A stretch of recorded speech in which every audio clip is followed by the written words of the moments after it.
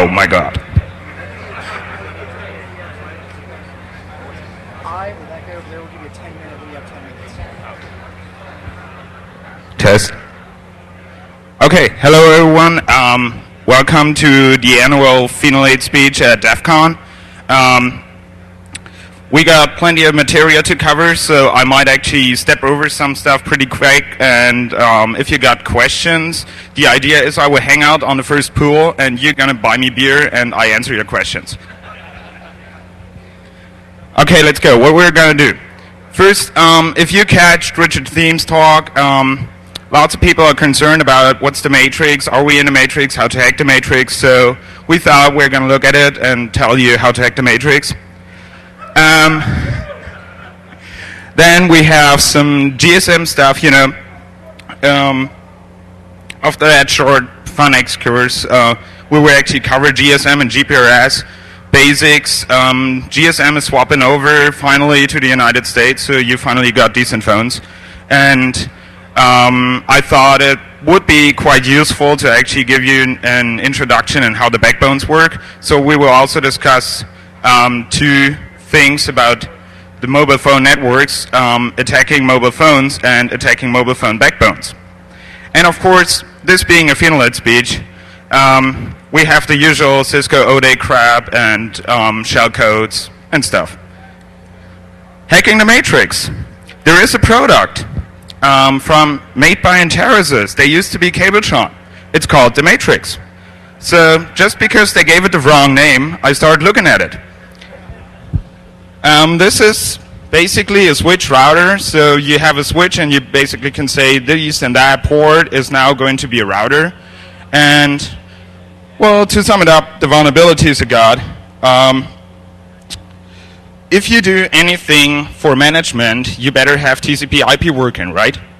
So this being an embedded system, you do like 10 connections or you complete 10 TCP handshakes to any given service that you use for management. Let's say it's Telnet or SSH, and that's about it. Nobody else is going to do that anymore.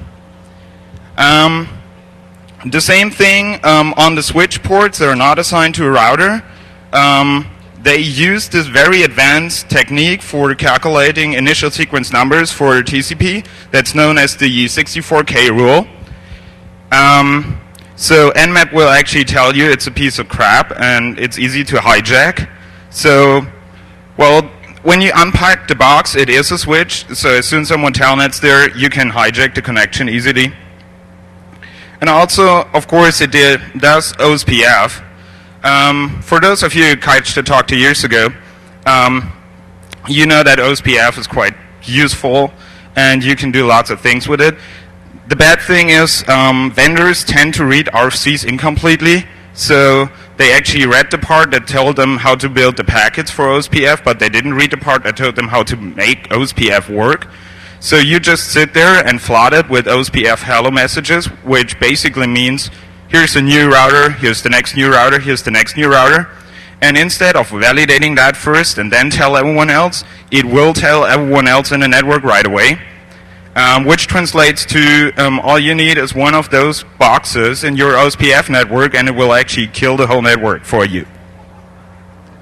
And, well, to make a long story short, last year I said if you got an embedded system and it got port 80 TCP open, you can bet your ass it's vulnerable. So same holds true for the matrix. Which answers the question how to hack the matrix, use HTTP. Okay, GSM basics. The Global System for Mobile Communication, GSM, is actually used for quite a while and was standardized by the ETSI. In contrast to the mobile networks you got here usually, there is a very specific difference between what they call the terminal equipment and everyone else calls a phone, and the SIM card that is actually a smart chip handling all your information. You use the SIM card to authenticate, the key material on the SIM card to authenticate, and you use your caller ID and other IDs to authenticate. The phone does not matter. the GSM core networks actually rely on this information to find out who you are and actually bill you for the service they provide. So lots of people have tried to do caller ID spoofing and other stuff with GSM. Some succeeded in very limited environments, but in general, it's all fine and all good, which actually changes. It changes with what's known as GPRS, the General Packet Radio Service. Well, this service now is pretty much like the internet was compared to leased line services.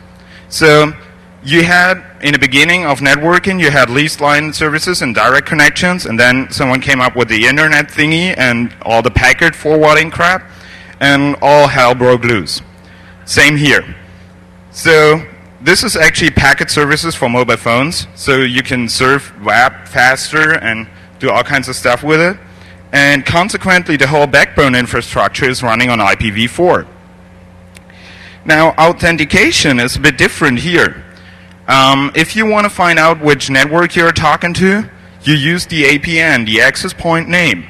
This is something you transmit to the GSM network, and it will figure out on which side you will pop up. So that does not have to be the internet or a web gateway. And then optionally, you got PPP running over that, giving you IP addresses, and of course doing this chat PAP thingy, find out who you are if you got the right username and password. APNs. You should actually think of an APN as a URL. It is quite similar actually, because you give it a name and it will tell you which network you're talking to, in contrast to a real URL telling you which server you're talking to. So the same thing in full color. What you got here is actually a very basic, very basic picture of a GSM network. You got the guy here being the mobile phone talking to the PLMN, which is the public land mobile network. Everyone else just says the mobile network. You got the HLR, which is the home location register, and you can actually think of it as a huge fucking database. Often it runs Oracle. If you roam, there is another thing that's called the visitor location register. And the HLR actually holds all the information about you and your credentials and what you're supposed to do and what you're not supposed to do. Then you got the SGSNs and the GGSNs. The SGSNs are the Serving GPRS support node and GGSN Gateway GPRS support node. Think of the GGSN as a backbone router and the SGSN as the one actually talking to the HLR and forwarding this stuff. So it's pretty much like a frame relay network. And of course you got more than one GGSN. So you got one facing the internet, you got others facing company dedicated networks. So big companies go there and say, okay, you're doing GPRS. That is quite useful. So you got, let's say you got any kind of logistics company like UPS or FedEx, and they got what I call the oversized Game Boys, where you're supposed to sign on. These devices have to talk back and actually make sure that, well, you signed and the package was delivered.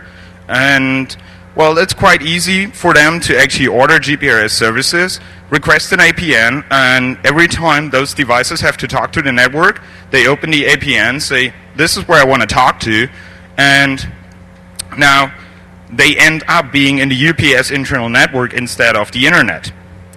Of course, nobody prevents you from doing the same. So GPRS attack points. First, the GGSN, as I said, is just another IPv4 device. At-Stake actually figured that out. They had a Nokia GPRS box hanging off the internet, and they actually found a vulnerability there, something totally simple like a special TCP option. So you can actually expect a lot of stuff going on with those, especially on the networks that face not the internet but some company networks. And the scary thing here is Cisco also does GGSNs. Now APNs can actually be guessed. They're not considered a secret. It's like the URL. So most of the APNs are actually either the URL of the company's homepage or the company name. So you can just go ahead and try it. I did that in Germany, and it turned out that lots of major companies actually have their company name as APN, and you get asked for a username and password via PPP. And of course, this being a large user base, you often find usernames and passwords called test, and yeah, you know how that works. So the thing here is, you can actually do APN filtering in a HLR, but no provider does it, for a simple design failure reason. You can only say that a user account is allowed to do all APNs he wants, or a limited list. Now that would be pretty bad for the database if they had to write that down into the database for 22 million customers. So they don't say that, they just say everyone can go to whatever APN he wants. And yeah, the GGSN or the authentication servers, radio servers hanging off that doing the authentication. And with a large username and actually a user account database, you sure as hell find weak passwords. So, but there's actually more to it. So if you happen to have, for whatever reason, maybe for staying at DEF CON or talking to some guys, you happen to have one single computer in a mobile phone provider's network, it can be the secretary's Windows PC or whatever, you can actually do quite some interesting stuff. There is the GPRS tunneling protocol, GTP. It's standardized here for everyone who loves to read boring documents. You can actually get that off the ETSI webpage. The protocol is actually designed to transport user data and control data via IPv4 in the GPRS backbones, and is also used in UMTS backbones, so the third generation that you didn't even hear of. The protocol can control pretty much everything in the network. This includes setting up modifying tunnels, connections, data transfer path. You can modify the VPN access for an active subscriber. You control how they roam. And of course, you control how the accounting works. Now, both the control connections and the user data are ran over the same protocol. So we are talking about all the same thing.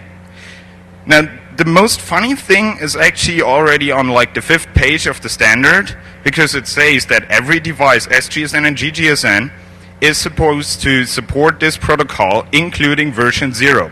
So what they did was actually they standardized their inability to fix the protocol, because, well, even if they come up with a new version that isn't so screwed as the one we're now talking about, the devices are supposed to support the screwed version. And this is in the standard. I would say that was not a good move. So, what's it all about? What's so cool about it? This is a protocol running over IP, so we're quite familiar with it, right? It runs on UDP, which enables us to spoof. It has no authentication. You can create, update, or delete user contexts to your liking with one UDP packet. You can modify or remove billing information with one UDP packet. You can actually reroute traffic and redirect traffic over the backbone. Guess what? One UDP packet. You can actually invite people into VPNs. So you got one of those boxes, and you got a friend who got a GPRS phone. You can actually invite him actively to one of the company VPNs. One UDP packet. And of course, you can force people to roam. Roaming is handled by GTP between the SGSNs. So I was actually wondering why there isn't someone, maybe I did, starting a company as a mobile phone provider and just having one SGSN and constantly sending out UDP packets and make all the users roam over you. Which I think is a good business concept, but it wasn't declared as such in the standard.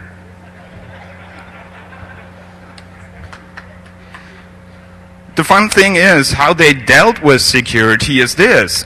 They say, we're ETSI, we're doing GSM. So we don't care about IP. Someone else is going to make IP secure. Period. End of statement. Okay, assumed you do not have a computer in a mobile phone network. And of course, most of you are not supposed to have one. There is other stuff you can actually do with GPRS and WAP. This is anonymous HTTP. The good thing here is a lot of people, especially at this conference, have certain interest in doing HTTP without revealing their real IP address to the server they're talking to. Those reasons might include something like Unicode or web applications or other overflows that you might find in Port 80 applications. So how do you do that? The WAP protocol is actually the vehicle to go for. You have the wireless transport protocol and the wireless session protocol. The wireless transport protocol is used to do basic transport stuff. The wireless session protocol is actually the one doing a session over the UDP stuff you talk on the air interface to your mobile network.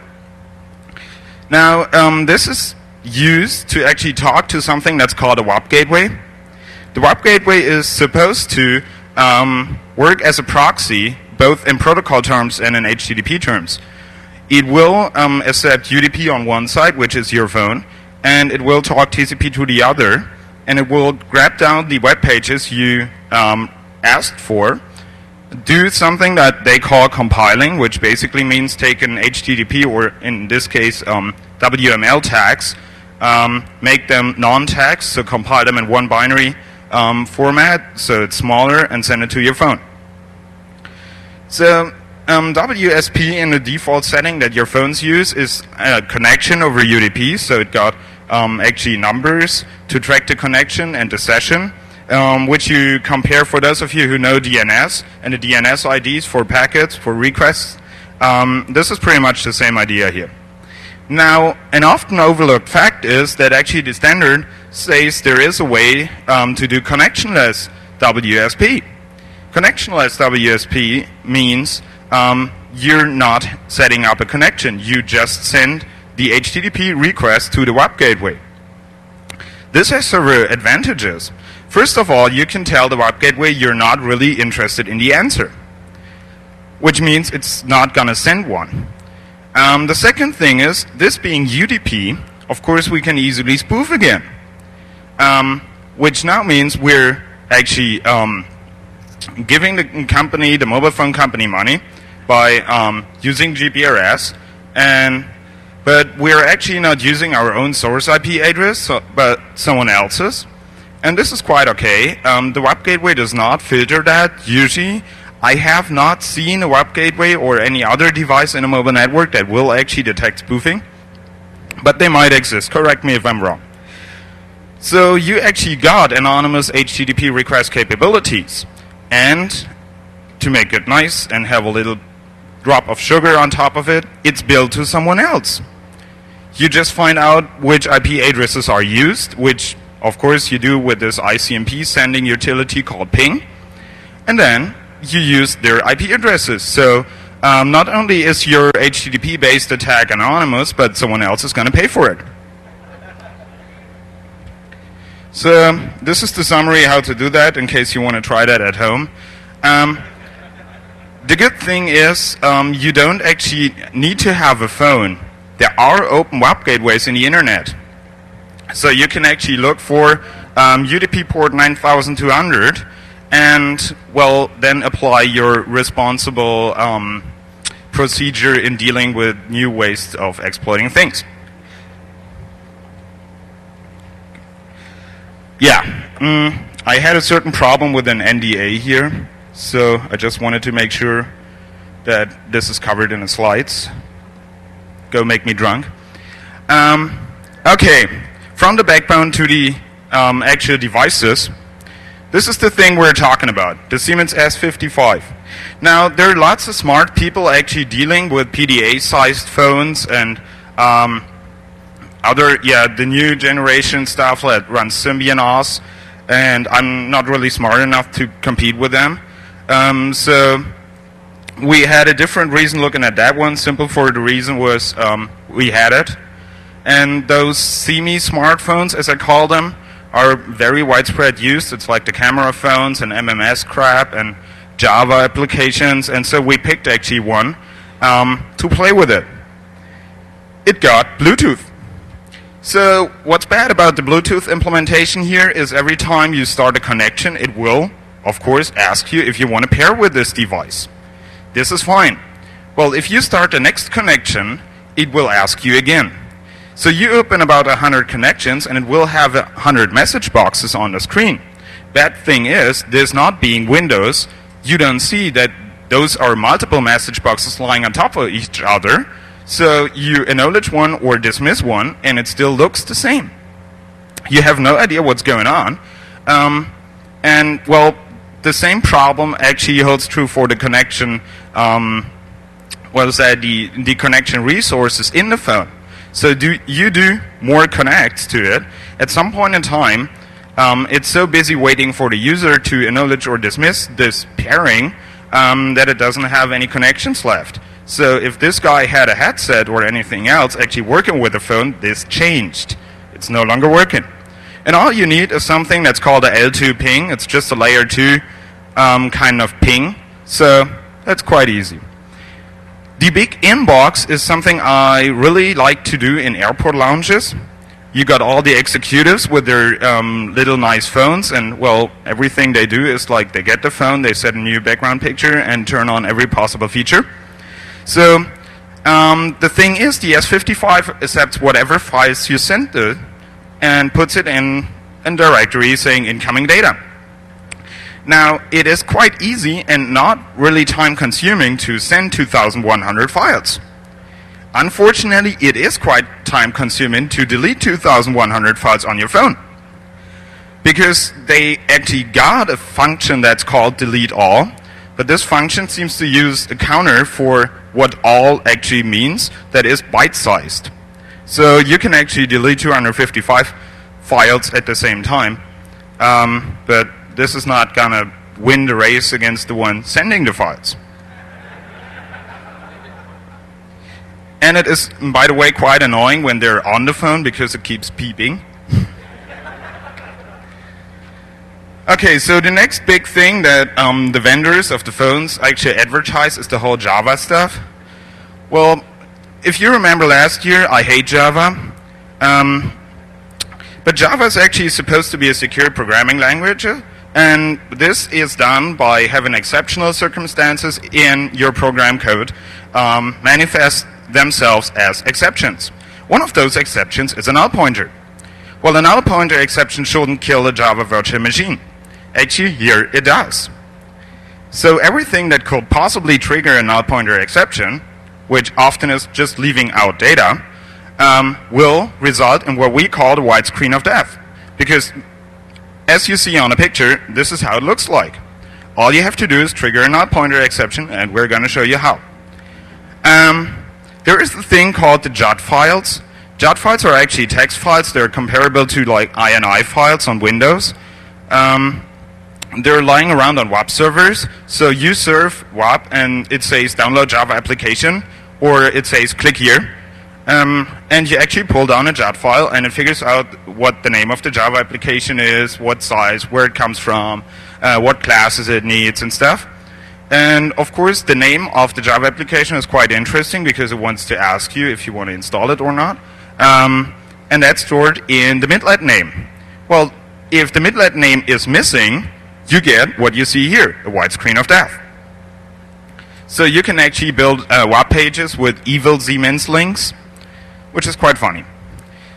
But the other thing is even more funny. I didn't find a way to exploit it, but that might be just a stupid me.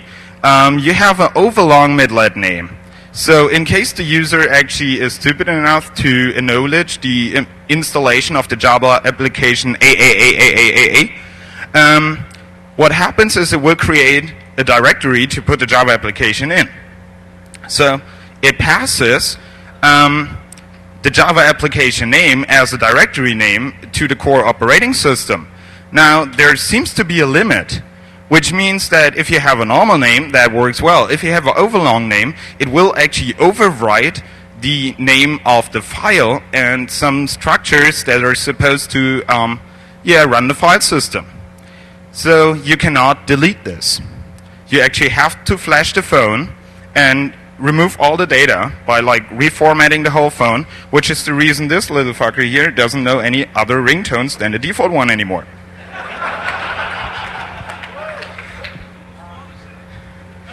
So, but even with the Java stuff, well, you can crash it, but you can actually do more. Spy.jar.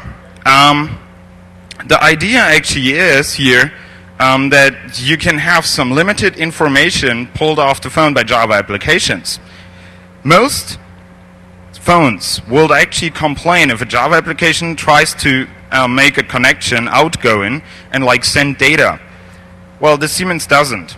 The Siemens just says, well, it does a tiny little beep nobody really hears, and then lets you through. The question is, which information can you get? In the standard Java classes, JavaX and all the midlet stuff, there isn't any interesting, but we got the company class trees, and of course Siemens got one, and they're growing every time. This is the information from like today. It might change with the next firmware, and they got new classes. But today you also can, you already can get the list of missed calls. Now the information what calls you missed and from which number they came can be quite interesting if it's sent to some external server. And of course you can also get the IMEI of the phone, so you can actually identify the phone correctly. So we tried that, and you can have a Java application. It could be a little game or whatever, whatever it is posing as. And every time you play the game, it's actually telling some web server in south of Russia which calls you missed. I don't think that's a good idea. Time.jar is very, very funny because it shows that Java does not necessarily prevent you from doing stupid things. Sending an SMS or placing a call can be a costly thing depending on where you call or where you send the SMS to. I don't actually know if you got so-called value-added services, SMS and MMS in the States already, so where an SMS costs you about $3. But we got quite a lot of them in Europe, and guess what they're offering? So normally it is supposed to actually ask you when a Java application will trigger the phone to call someone or send an SMS, it is supposed to ask you and say, hey, look, do you want to do that? But we got a little problem here. This confirmation is done by a dialogue. Now, Java, not being the fastest programming language in the world, has a timing issue here. If you, before you try to send the SMS, actually fill the screen and do something else on it.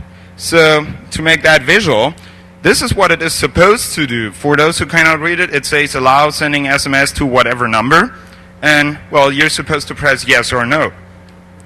Due to the timing problem, you can ask different questions like, would you like to play a game? I had the idea of actually using the two buttons that are supposed to say yes or no as a control in some jump and run game. So you would actually press yes approximately 50 times, 50% of the time, and send about 1,000 SMS, each $3.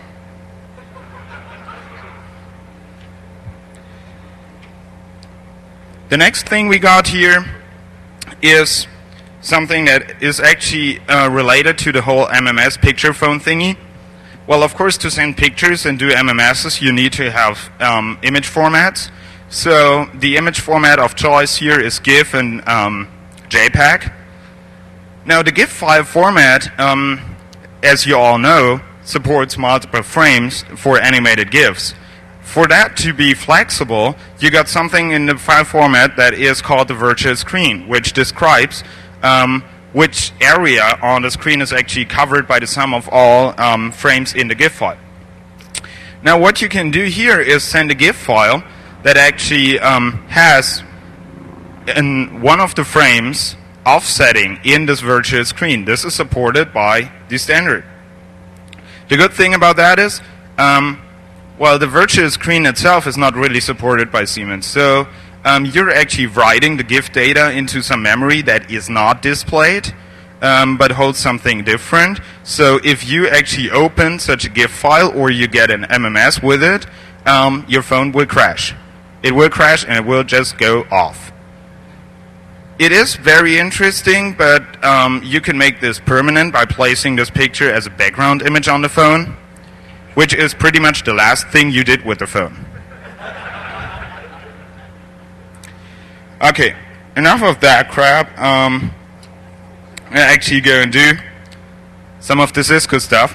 This was not intended to be here, but since a lot of people were talking about the latest iOS bug where you could like deny of service a device, and actually some brilliant people sent very extensively explained IRC chat logs to full disclosure, claiming this might be exploitable, I thought I'm going to comment on it. So the recently discovered bug is, for those of you who don't have email, that there is a way with like malformed packets to fill the input queue. Now the question was, is this exploitable? Well, my question is, when you're stuck in a traffic jam, does that mean you control the traffic light? You can describe the bug as something like you have people checking in Alexis Park, and you got like 75 people going to the front counter, and then you kind of like kill the person behind the counter, which still doesn't mean you get their money. So to answer the question, no, it's not exploitable. But the good question would really be, what is the problem? The problem here is that iOS is interrupt and message driven. So the processes themselves are responsible for draining the queues, which obviously those 4 processes didn't do. And while most processes in iOS, for what I know, do their own protocol parsing, means the IP header is actually parsed at a central place, but everything else is parsed each and every time in each and every process, whoever is responsible for it. That means if you got 100 types processes, 99 can do IP protocol parsing quite well, and 1 is totally fucked up. And all you have to do is find the 1. So that obviously leads to the point, can we expect more of that? I guess the simple and short answer is yes. The bug is actually a design failure in my eyes. iOS 12.3 is already out, and it's already deferred. And there are some specific protocols that are handled differently and have higher priorities and stuff. So it's just a matter of time. The effects of the bug were not as bad as we thought, because Cisco actually went to the backbone providers and told them up front, here is something major coming, so please filter that. And the bug actually was found Cisco internally, so they could do that. But what if the next bug is not? Well, at this point in time, here is the one finding the bug. He's the only one from the Cisco stat team. I'm glad he is here. He didn't get credit in the advisory, so I wanted to give him credit here.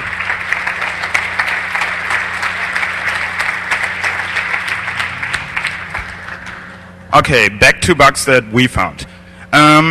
Cisco iOS 11 and X, 11X and below, there is the UDP Echo service. Now, Nessus is telling you since ages that the UDP Echo service is bad because someone can do ping pong attacks on it.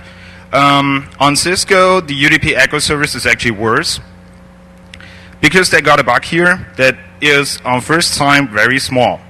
You look at it and you send a UDP Echo request packet, and in the UDP length, you actually say it's longer than you actually include the data of. So you have one single character in the packet, but you say the packet was 100 bytes long. You get a 100 bytes answer.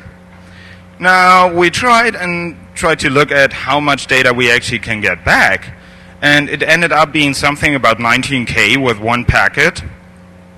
So that could be quite useful because that is I/O memory. I/O memory is used on Cisco for handling all the crap that has something to do with the packets themselves and some limited routing information. So we actually got comparable bugs in 12.x, like the Cisco Express forwarding. That's a certain way of getting packets from A to B that Cisco uses. I think it's now the standard setting. This one had a comparable bug where the IP length was the trigger, so there is more of it. But back to the UDP Echo service. What can we do with it? Oh, no, here's something. Because people started complaining about finding bugs in 11 is useless because nobody uses 11. this is this is a router actually alive in the internet. He found it. It runs iOS 9. Well, this one is not even available on the Cisco FTP service anymore. So people do update their routers once in a time. Okay, the UDP Echo info leak bug actually is quite useful because we can do reliable iOS fingerprinting. In the past, we got the problem that you got like 22,000 different iOS images sitting on Cisco, and well, you don't know what the router you're targeting is running. Now you can, because it contains block headers, which contain addresses who allocated the block. You got addresses of the allocating image, allocating function, which change per image, so you know which image it is, and you got address ranges for I/O memory and heap memory, and those change by platform, so you can fingerprint it. This is what you actually get back.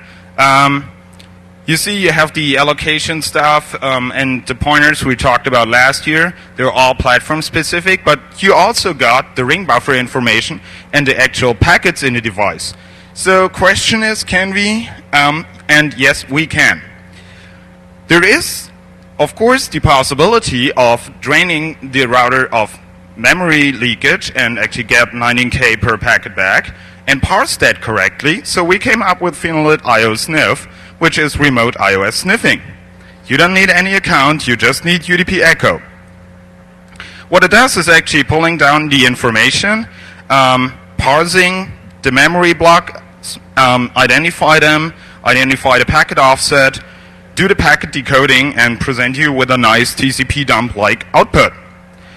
So this being the receive buffers, it's quite useful because, well, the router receives certain information, especially when people log in. So what you see here are the first 2 lines or 3 lines of stuff that actually is sent to the router when someone is telnetting to it. Well, the first lines he's probably sending are the passwords, so that's quite useful. But there is another bug. Cisco has an HTTP service, and as I said earlier, if you got an embedded system and it got a TCP port 80 open, it is vulnerable. Well, Cisco is no exception. The HTTP server on 11.x and 12 up to 12.2 has an integer overflow. It unfortunately requires you to send 2 gigabytes of data. But well, I actually did a survey on people and said, is this bullshit, or should we actually go ahead and see if we can exploit it? And most said, yeah, I don't care. If I wait a week and I got root on a device, that's fine. And since that is a stack-based overflow, and it might be quite interesting to do, because last year we did heap overflows, we did it.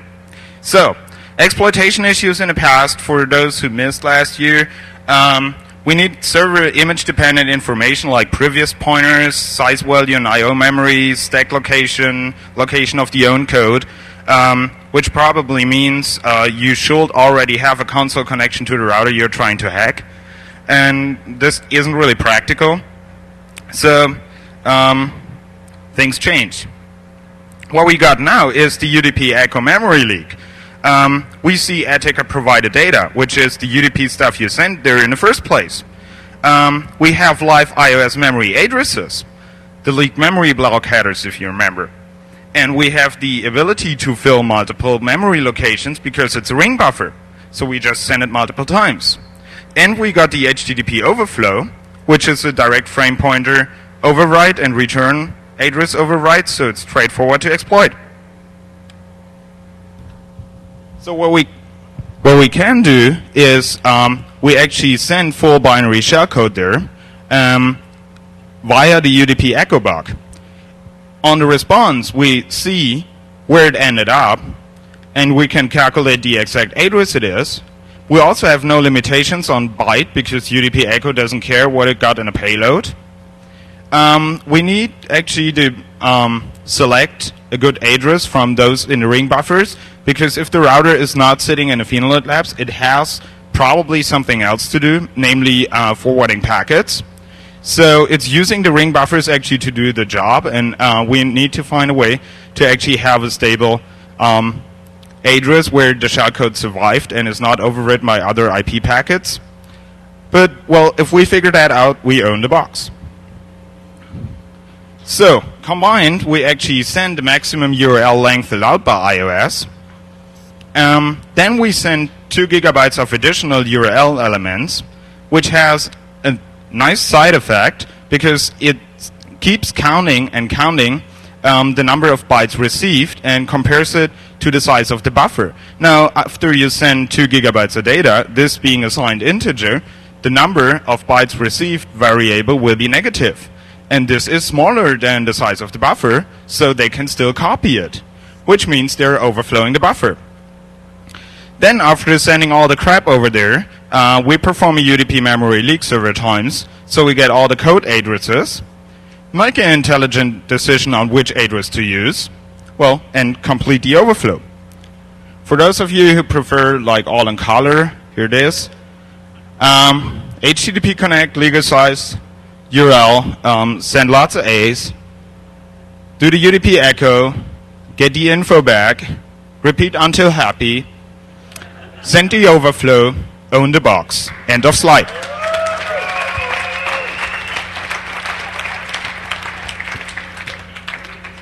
A problem we got here is, of course, the binary via HTTP. We're overriding the return address, so HTTP doesn't really like characters like line feeds, carriage returns, slashes. 0 bytes are obviously bad. But we found out that the HTTP encoding, you know, the %XYZ and stuff that everyone like uses to screw up in their web servers, is actually performed on the same buffer before the overflowed function returns. So we can actually do overflow and use the HTTP encoding, so we can use arbitrary addresses, which made it even easier. I said we need an intelligent address selection. So what we are doing is there are several strategies. They are listed here. I'm running out of time, so I'll skip over and just tell you. Use the second smallest address or the third smallest address is the best way to do. You will see it in the code. Now, shellcode. We had shellcode in the past that overwrote the complete configuration, which unfortunately means you lose all the juicy info, like the passwords they use, and they're never going to use on any other router in their network. And the routing information, access lists, all the stuff you could be interested in. So we figured we need new shellcode, and for that we actually did binary research on iOS.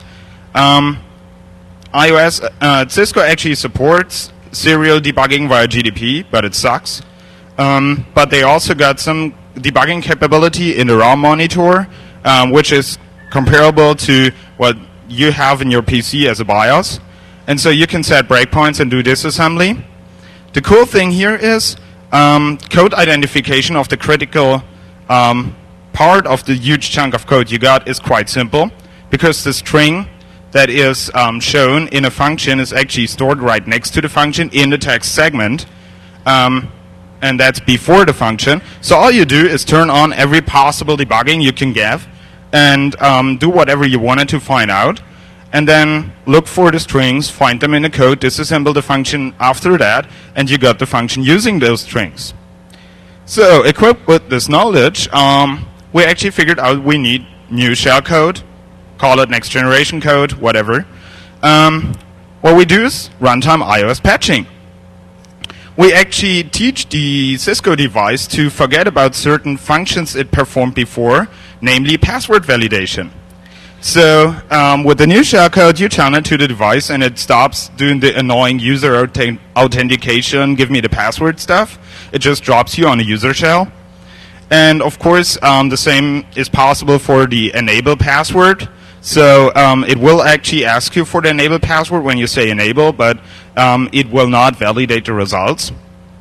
Of course, you can do other stuff. You could actually introduce something like forgetting about to check if the BGP neighbor I'm talking to is really the one I'm supposed to talk to. Use your imagination. The problem here is we have to keep iOS running. Well, the overflow actually destroys a lot of stuff on the heap because of the encoding we use. We send 24 bytes and they end up being 8 bytes, but we destroyed a lot. But the Motorola call structure actually saves frame pointer and stack pointer pretty comparable to the Intel ones. And so all you need to do is search the stack upwards for information that was set there by a function preamble, and use this information and do a clean return, and better like clear the return information so it will actually return false and nobody cares. This is the code. I guess nobody can read it there. It just finds the return and cleans. Yeah, you can check it out on the slides later. iOS runtime patching, advantage. Of course, the router stays online. It doesn't reboot anymore. The configuration is preserved, so if you're interested in stuff like the passwords that are so heavily encrypted with the password 7 algorithm, and of course, it proves that what people talked about for years and years, backdooring iOS runtime code, is actually possible and quite easy. Disadvantages, of course, it's depending on the image, so we got the image dependence again. You need, therefore, a large target list, and well, you actually got annoying messages on the console saying checksum error, because it does checksum the text segment and figures out that there is a problem. But of course, we patched that out as well. So this is what the exploit is. Cisco CASMS, reliable iOS remote exploitation. That's just a summary. And this is how it looks like. Quite easy. She's bad. Okay, here's something. Lots of people for the last years were complaining that all the presentations held on Black Hat are actually held the same way on DEF CON, and there is no value add. So here's our value add to DEF CON. What about image-independent shellcode? We can actually, instead of modifying the image, we can actually modify the configuration. Now, the configuration is portable over images and versions. So all we need to do is have a shellcode that does string search, memcopy, and checksums. Well, we can do that. Config modification code. We start searching at the beginning of the NVRAM. We look for occurrences of like interesting data, let's say password and enable. We replace it with our information, and hereby replace authentication information for the listed services. We then just need to recalculate the checksum for the NVRAM and write it back. And this is how that looks like. You know, iOS also has the advantage of ignoring lines with bullshit. So we can actually replace the stuff and introduce a line feed. The rest of the encrypted strings ends up being bullshit. iOS ignores it. That's fine. Advantages here, it's image independent. The configuration is pretty much preserved except for the passwords, but of course we can change the shellcode and copy the passwords elsewhere. And we have actually more choices of what to do. We can have shellcodes just renaming every router to like piece of crap. Disadvantage, of course, it's still platform dependent, but well, we cannot change that except for if one of the guys at Caesar's Challenge comes up with a cross-platform shellcode for Motorola and MIPS. And the router has to reboot, so we got a little downtime. So what? What's the whole thing about? Well, didn't we mention last year that you shouldn't run unneeded services like UDP Echo? That you actually should protect your infrastructure, and that you actually should not copy data into buffers that are not large enough to hold them. So the problem here is iOS moves forward. The new iOS versions actually got legal interception built in. Half a year ago, I was talking to Jaya, who did the legal interception talk, and I said that would be quite interesting because then you can wear a t-shirt saying my other computer is your legal interception system. Well, this seems to become true slowly. Well, and if your infrastructure is owned, you can't defend your systems, of course.